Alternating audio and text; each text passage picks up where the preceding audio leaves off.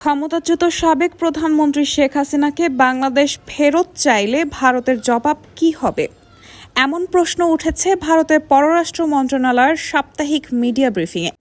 এই প্রশ্নের অবশ্য সরাসরি উত্তর দিতে পারেননি পররাষ্ট্র মন্ত্রণালয়ের মুখপাত্র রণধীর জয়সওয়াল, বরং এই প্রশ্নকে অনুমান নির্ভর হিসেবে ব্যাখ্যা করেছেন রণধীর।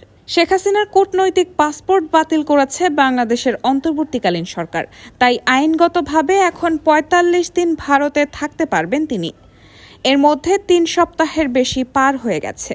শেখ হাসিনা পদত্যাগ করে ভারতে পালিয়ে যাওয়ার পরদিন দেশটির পররাষ্ট্রমন্ত্রী এস জয়শঙ্কর সংসদে যা বলেছিলেন, সাপ্তাহিক মিডিয়া ব্রিফিংয়ে সে কথাই পুনরায় জানান জয়সওয়াল। তিনি বলেন, গত ৫ আগস্ট খুব সংক্ষিপ্ত নোটিশে তিনি ভারতে প্রবেশের অনুমতি দিতে অনুরোধ করেছিলেন।